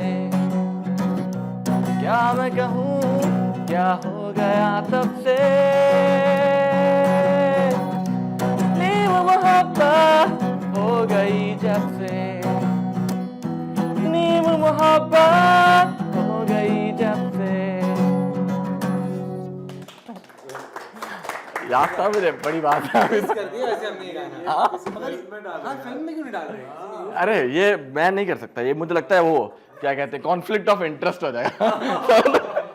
अच्छा काफी हमने टाइम ले लिया, तो आखिरी 2-3 क्वेश्चन मैं करता हूँ। हाँ before गिटार I भी let बजा you रहे यार, go. पसीने आ गए मुझे, देखो मैंने- नर्वस हो गया मैं कितना। मेहनत करवा ली, मेहनत हो गई मेहनत। अच्छा सेंसरशिप के बारे में थोड़ी सी बात मैं करना चाह रहा था कि ठीक है सारी दुनिया में होती है, हमारे यहाँ थोड़ी सी डिफरेंट तरीके की होती है, बट उस एक्सपीरियंस से जब आप गुजरते हो तो यू नो एंड रिजल्ट क्या होता है? Like do you start getting cautious कि यार अब ये इस तरह का नहीं बनाना, और डू यू गेट नहीं अब तो मैं और बनाऊंगा ऐसा, और फिर जब रिलीज नहीं होती या रुक जाती है, obviously you know it's not like कि आपने कोई कभी भी रिलीज कर देंगे, इट्स टाइमिंग है, आपने पैसे लगाए हुए हैं, यू नो एक पूरा एक प्रोसेस है जो आपने इमेजिन किया था ऐसे आएगी ऐसे जाएगी, और वो डिले हो गई, कुछ हो गया, तो हाउ डू यू नो उसका एक्सपीरियंस कैसा है जब सेंसरशिप के थ्रू गुजरते हैं या डिफिकल्टीज आती हैं? यार देखो ये आई थिंक दुनिया में सब लोग ही कुछ ना कुछ किसी ना किसी तरीके से इसको जो है वो फेस कर रहे होते हैं। पाकिस्तान में थोड़ा सा इसका प्रोसीजर अलग है, क्योंकि हमारे यहाँ 3 सेंसर बोर्ड हैं।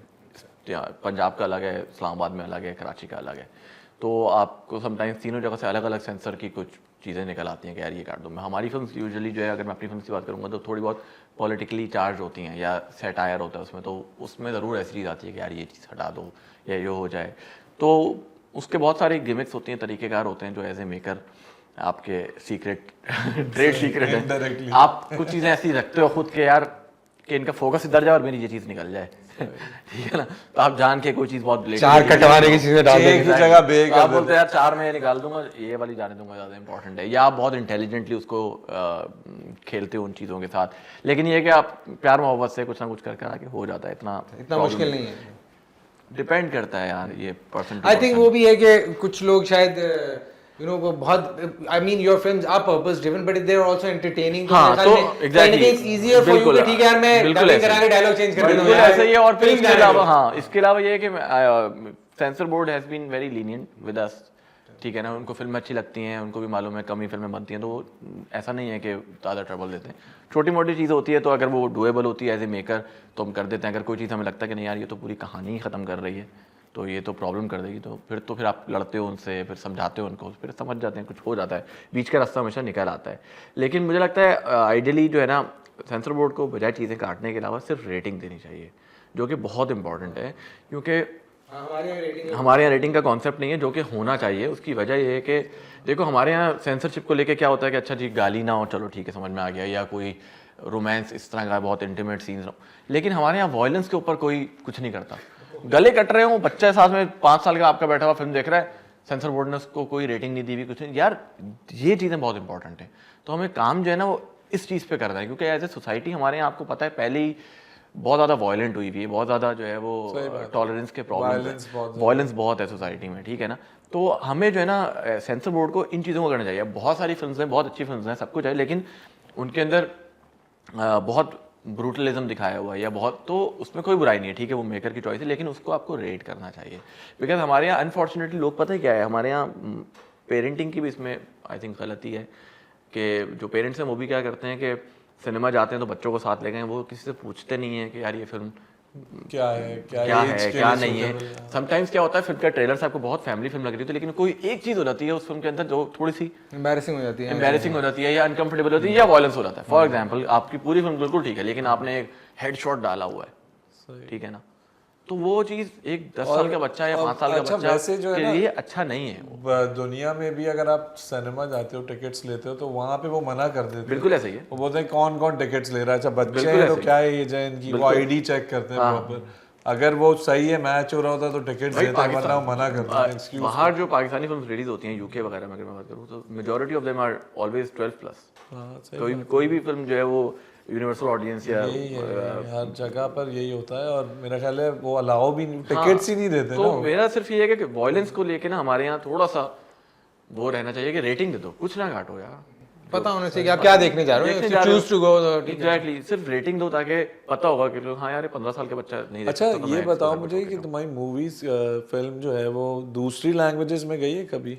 हाँ, मतलब इंग्लिश और उर्दू के अलावा? देखो वैसे तो सारी फिल्म सबटाइटल होती हैं, जब बाहर रिलीज होती हैं तो इट इज कंपलसरी लैंग्वेज के हिसाब से। तो सबटाइटल तो कहाँ पर? जैसे चाइना में फिल्म मेरी गई है तो चाइनीज सबटाइटल्स में डब होगी। अभी मेरी फिल्म रशिया में जा रही है तो वो सारे रशियंस सप्लाई के साथ जाएगी। हाँ, तो वो इस तरह से होगी। जैसे इस तरह की जो स्टेट मुल्क है ना, रशिया या चाइना, उनके लिए आपको उनके मुल्क का वहाँ करना से पड़ता तुम है। लोगों की कुछ अर्निंग होती है इस तरीके यार चाइना में तो हम लोगों की फेस्टिवल स्क्रीनिंग हुई थी, सही तो वो तो ऑब्वियसली अर्निंग नहीं होती, लेकिन ऑब्वियसली एक्सपोजर है, आपकी मार्केट एटलीस्ट एक फुट मार्क तो पहुंचता है ना यार, कि पाकिस्तानी फिल्म्स भी बना जैसे रहे हैं। ईरान वगैरह और ये कैसे बिल्कुल कहाँ पहुँचे बिल्कुल, तो वो उस तरह से होता है। लेकिन अभी रिलीज नहीं हुई वहाँ पे, यानी कि थिएट्रिकल रिलीज कह लो, कमर्शियली वो नहीं हुई थी। बट अनफॉर्चुनेटली कोविड आ गया यार, वरना चांसेस थे। हम लोग उन दिन उस टाइम पे बहुत रेगुलरली चाइना जा भी रहे थे, चीज़ें हो रही थी, बट देन कोविड हैपेंड, उसके बाद से फिर बहुत। मगर कभी सोचा कि इसको डब भी किया जाए डिफरेंट लैंग्वेजेस में? यार अगर किसी को कहीं पे डिमांड है तो कर सकते हैं, बट वैसे आई डोंट थिंक के देखो दुनिया भर में भी जो फिल्म्स हैं, इवन ये एक मिसकंसेप्शन है लोगों का कि चाइना में फिल्म्स रिलीज होती हैं तो वो चाइना में डब होती हैं, वो ऐसे नहीं होती हैं, सबटाइटल में ही चलती हैं फिल्म्स वहाँ पे भी। हाँ, ये थोड़ा सा इसी तरह से ये इंडियन फिल्म्स का भी सबटाइटल हो जाते हैं चाइना में, डबिंग बहुत ही अच्छा, वैसे जो दूसरे कंट्रीज हैं जो लैंग्वेज जिनकी अपनी लैंग्वेजेस हैं, वो लोग तो हॉलीवुड और कोई और मूवी भी होती है, हाँ, उसको वो तो डब देखो, करते हैं पूरा प्रॉपर। जैसे क्योंकि देखो डिपेंड करता है मार्केट कितनी बड़ी है। अब जैसे ये जो एग्जांपल है, इंडिया में समझ में आता है कि 200 करोड़ लोग हैं, सही बात है, मार्केट बड़ी है, तो वो लोग क्या करते हैं कि उनको पता है यार कि पोटेंशियल वहाँ बॉक्स नहीं ऑफिस है, देखेंगे तो वहाँ पे वो इवन आप देखो ना, नेटफ्लिक्स पे भी अभी हिंदी का ऑप्शन आता है ना, जो नई सीरीज आ रही है उसमें हिंदी का ऑप्शन है, they want to capture that market, तो इसीलिए वो उसको हिंदी में डब करते हैं और वो पूरे इंडिया में रिलीज कर देते हैं। और वही हिंदी डबिंग वाली हमारे पास भी आती है, अक्सर आप देखते हो कपड़ी वगैरह में फिल्म्स लगती हैं, तो वो हिंदी डबिंग होती है, वो उर्दू डबिंग नहीं होती है। अगर आप उसको गौर से सुनो तो उसके अंदर अल्फाज हैं, पता चल जाता है। वो फास्ट एंड फ्यूरियस, ऐसी बात है, हमारे यहाँ कौन पूरी डब करेगा? तो वो जो है क्या कहते हैं, वो वही रहता है। और बाहर तो क्या कहते हैं, उनकी इंडिया की रीजनल लैंग्वेज भी उसमें भी डब होती है। हमारे यहाँ ड्रामे हुए हैं, ड्रामा होते हैं, क्योंकि हमारे यहाँ टर्किश ड्रामा जैसे रिकॉर्ड हो रहे हैं उर्दू में। बड़े बड़े लोग स्टार बन गए भाई इसकी डबिंग करके, लोगों की जो स्टार्डम ही यही है। अच्छी बात है, वो मैं कह रहा हूँ, और वही कि वॉइस ओवर आर्टिस्ट बहुत सारे थे, चीजें बिल्कुल है यार। दूसरी बात है, काम मिलता है यार लोगों को, बहुत इंडस्ट्री किसी साइड से भी बड़ी हो यार, लोगों को रोजगार मिलेगा, लोग काम करेंगे वॉइस। और अच्छी बात ये है क्योंकि इतना दुनिया में काम हो रहा है, हमारे पास भी थोड़ा हो जाएगा तो क्या हो जाएगा। अच्छा, इस इंडस्ट्री में obviously you know I think specially I mean I would give you that credit कि तुम्हारी फिल्म के बाद एक तो शायद ये भी लगा कि यार ये बच्चा बना सकता है, यही बात है। क्योंकि काफी बड़े बड़े जिनको हम सुन रहे थे 10 साल पहले कि वो फिल्म नहीं बनाने आए हैं और वो कमर्शियल बना के वैसे बना रहे थे, उन्होंने फिल्म नहीं बनाई, फिर देख के तो ये एक बड़ा अच्छा पॉजिटिव होता। एंड आई थिंक मतलब तो उसके बाद मुझे लगा कि इंडस्ट्री को थोड़ा सा बूस्ट मिला, ठीक है, फिर सेटबैक्स होते रहे छोटे मोटे, बट यू वर कंसिस्टेंट। जैसे हमने देखा कि 8 साल में 8 फिल्म्स का मतलब है कि भाई you held your own and उन्होंने कहा कि मैं बनाऊंगा, बाकी को बनाता ही नहीं बनाता। तो अब where do you see the industry in the sense कि अगर एक वर्ड में तुम्हें उसको डिस्क्राइब करना हो in the next 5 years, where do you see it, like you know in the, और एक लाइन में डिस्क्राइब करना यार, इफ आई ऑनेस्टली स्पीकिंग, क्योंकि सिनेमाज उतने ही हैं, ठीक है ना, वो सारी चीज़ें, एंड देन पॉलिसी मेकिंग में भी कुछ प्रॉब्लम्स हैं। It's very uncertain time right now. I think this year और maybe next year is going to tell us के what's gonna happen for next 5 years for the film industry. I am saying, बाकी चीज़ों की बात नहीं कर रहा, लेकिन ये है कि वही वाली बात है, इन मुश्किल हालात में भी we are ready to make film so that you know it should not discontinue, because अगर वो डिसकंटिन्यू होता है जैसे क्योंकि फिर क्या होगा कि जो आने वाले मेकर्स हैं वो सारे उनके लिए बहुत ही अनइंस्पायरिंग हो जाएगा, मैं कहूँगा। क्योंकि देखो ना, 10 साल तो एटलीस्ट लगे हैं अब जाके फिल्म्स बन रही हैं, तो अगर आप जो लोग कंसिस्टेंटली बना रहे हैं फिल्म, हुमायूं हैं हम लोग हैं, तो कम से कम अगर हम रुक जाएंगे तो फिर उनको लगेगा यार ये लोग रुक गए, इसका मतलब ये कुछ गड़बड़ है। हाँ, क्या उसने भी बना के छोड़ दी भाई, अब तो मुश्किल ही है। तो इसलिए then that is why we have to keep going and that is the only way. तो कोई ऐसी फिल्म तुमने की हो उसमें इफ अगर तुम्हें चांस मिलता है कि तुम्हारा एकदम से बजट डबल हो जाता है, फॉर इंस्टेंस 10 करोड़ की बना रहे हो तो और एकदम 10 कोई दे देता आके, तो कौन सी ऐसी फिल्में तुम्हें लगता है कि यहाँ मैं ये ऐसे यूज कर रहा है? सारी फिल्म रीशूट कर लेना एज डायरेक्टर। आपको कोई मतलब किसी भी फिल्म में लगे आप बोले हाँ मैं उसको और बड़ा कर दूंगा। और सही बात है, हमको एक ऐसा एलिमेंट कौन से कोई एक फिल्म में तुम्हें लगा कि यार उस वक्त अगर ये होता तो मैं इसको वो कर देता? यार मैं ऐसा सोचता नहीं हूँ, सच्ची बात बताऊं, क्योंकि अल्लाह का शुक्र है जितना सोचा होता है तुमने कर ही लिया वैसे। हाँ, गाड़ियां भी उड़ा ली, आग भी लगा ली। तो मुझे ये कि अल्लाह का शुक्र है जितना सोचा था उतना कर लिया। बाकी मैं घर ले जाऊंगा। नहीं घर, अब कुछ नया सोचेंगे उसमें करेंगे, लेकिन ये है कि वो जो सोचा था अल्लाह ने उतना करा दिया, तो ऐसा नहीं है कि रिग्रेट नहीं है कोई, कि यार नहीं यार ये सोचा था और मतलब सोचा जहाज था रिक्शा बनाया नहीं ऐसा नहीं है। जहाज सोचा था छोटा जहाज जहाज बना लिया, मतलब जहाज ही बनाया। जहाज बनाया, ठीक है। तो ये है नहीं तो अब next what is next, what are you know अपने यार हम लोग काम कर रहे हैं अभी स्क्रिप्ट पे, इंशाल्लाह जल्दी शूटिंग पे जाने वाले हैं उसकी, वो एक चीज़ चल रही है, एक दो चीज़ें और प्रोजेक्ट। कास्ट का पूछूं या वही कास्ट है जो हमें पता है? कास्ट आपको वो पता लग जाएगी, अच्छा वही कास्ट है, देख लेगा पता लग जाएगी। नहीं अच्छी कास्ट है यार, विनिंग कॉम्बिनेशन है, भाई क्यों चेंज करे भाई, टीम अच्छा खेल रही है, अच्छा चलाओ exactly, उसको। ओपनर चल रहे हैं, मुझे अच्छा समझ भाई। आती उसी को क्यों लेते, मैंने कहा क्यों नहीं भाई ले रिजवान बाबर अच्छा खेल रहे हैं, हाँ, उसको आने दो निकाल देंगे लोग। हमने रिजवान बाबर वही को। ना, जरूरी है कि दूसरा जो है वो एंड आई थिंक एक और जो अच्छी बात है कि ही fits in your genre of films कि you know he is plus he's a brilliant actor माशाल्लाह, बट वो जो उसमें flexibility है ऑफ स्पेशली लोड वेडिंग में देखने के बाद आपको लगता है कि यार बस उसने कंप्लीट दिखा दिया भाई, मैं कुछ भी करने को रेडी हूँ, मुझे बता देना बस मैं आ जाऊंगा। तो आई थिंक वो वाली चीज़ है। तो okay so you are working on a film right now and series अभी यार सीरीज लियारी पे काम चल रहा हाँ, है, मैंने we have been working on for past 2 years, script उसका हो गया है and now we are in some you know kind of pitching phases I would say, so let's see. अच्छा बहुत और स्पेशली यारी पे तो इतनी सारी इंडियन स्पेशली कुछ रिसेंट इंडियन फिल्म्स देख के मुझे हुआ कि यार हमने क्यों नहीं ये तो हमारी नहीं अब हमने बना ली है, स्टोरी बना ली है अच्छा, हमने, story बस ready वो अब हम चाह रहे हैं कि किसी अच्छी जगह पे उसको बनाएं, मतलब किसी अच्छी जगह पे वो आए सो दैट बाकी लोग देख सकें, तो distribution wise, हाँ तो बस वो उस चीज़ में लगे चलो वेरी गुड, इंशाल्लाह अल्लाह बेहतर करेगा।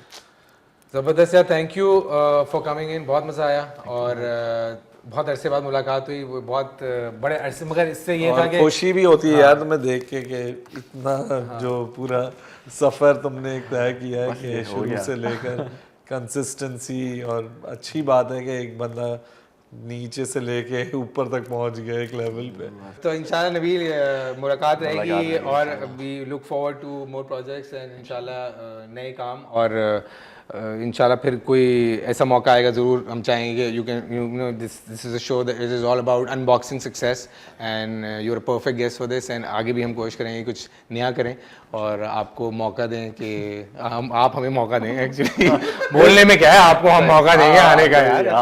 बिल्कुल ठीक है, तो बहुत शुक्रिया, थैंक यू वंस अगेन, बड़ा मज़ा आया। सो तालियां बजा देते हैं सारे मिल की तरह।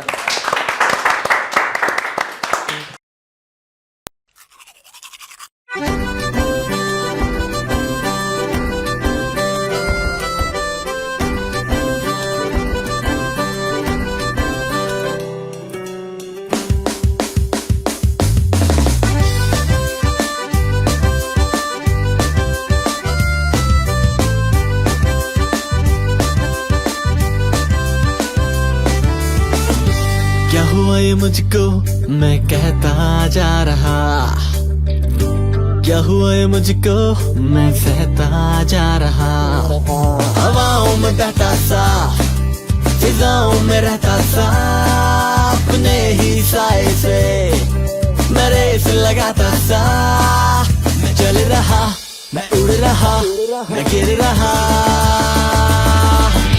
नींद मोहब्बत हो गई जब से, क्या मैं कहूँ क्या हो गया तब से, नीम मोहब्बत हो गई जब से, क्या मैं कहूँ क्या हो गया तब से।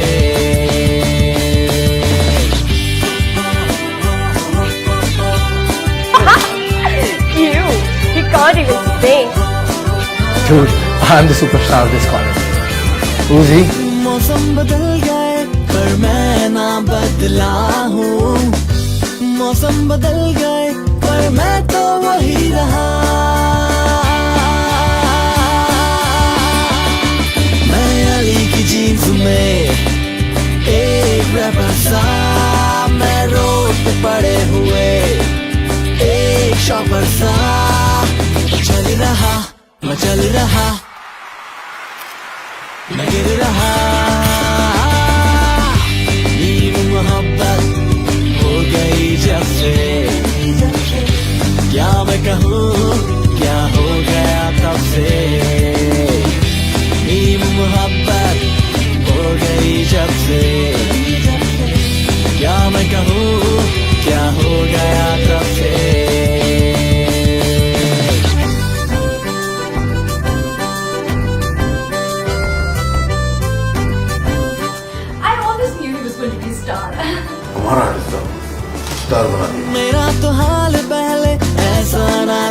अभी जैसा हो गया है अभी।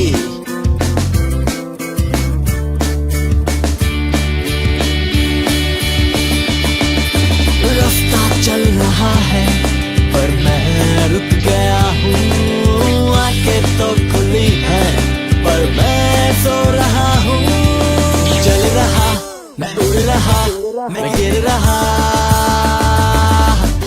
नींद मोहब्बत हो गई जब से। क्या मैं कहूँ क्या हो गया तब से,